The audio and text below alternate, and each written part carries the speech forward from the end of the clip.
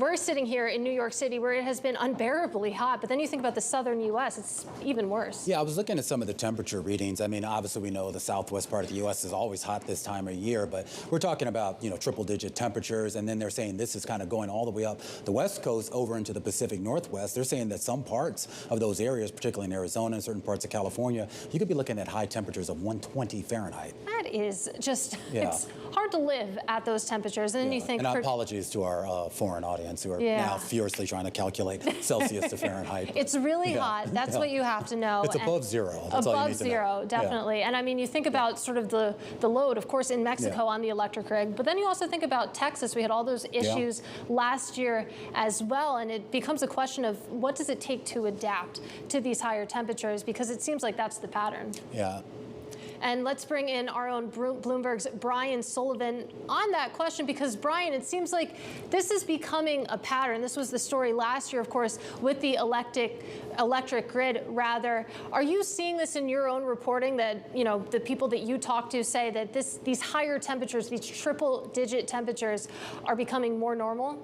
Well, this is becoming more normal all the way across the southern tier of the United States, from California all the way across into the Gulf Coast. So, we did get a little bit of a break last week down there, but, Texas is going to be back up in the hundreds this week. Give us some sense here, Brian, kind of what the real consequence of this. I mean, it's easy just to say, okay, things are going to be hot, maybe it dissipates, maybe you have some stress on the electric grid, but there are sort of longer-term issues here that this type of heat will have. Well, some of the longer-term issues are actually the drought in the Southwest. So, we've seen it. California got a break this winter. They got a lot of snow and rain, which was good news.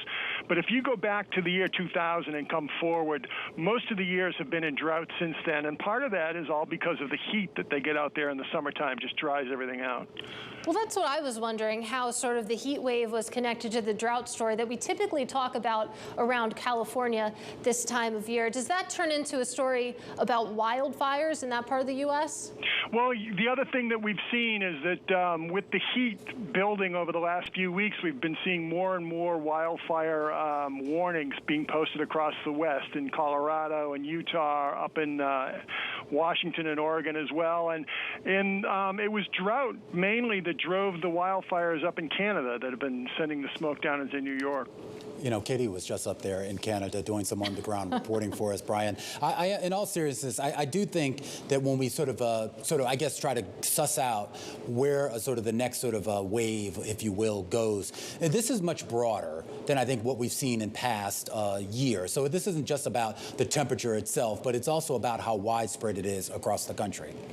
Well, we've been seeing a lot of impacts, not just across the country, but around the world. I mean, there's been record-breaking heat waves across Asia and through India as well. The oceans are at record heat. So we're seeing some really big consequences this year. And this heat wave that's beginning again now, the last one died off a little bit, but now it's starting to rebuild again. And folks telling me that there's nothing really to stop it for the rest of the summer. This could be the way it is for weeks now, going forward.